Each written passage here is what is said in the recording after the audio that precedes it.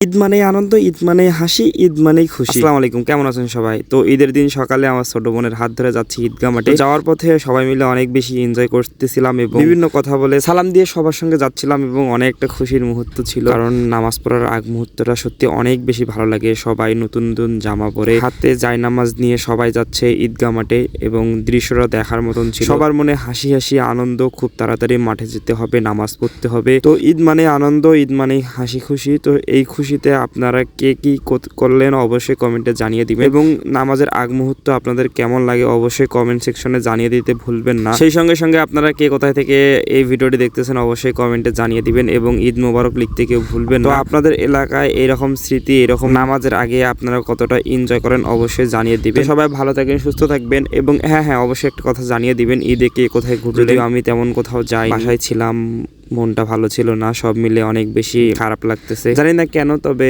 হয়তো খারাপ লাগতেছে কোনো কারণ বিষয়ে। সবাই ভালো থাকবেন, সুস্থ থাকবেন, সবাইকে অনেক বেশি ধন্যবাদ ভিডিওটি দেখার জন্য। সবাইকে ঈদের শুভেচ্ছা, ঈদ মোবারক, আসসালামু আলাইকুম।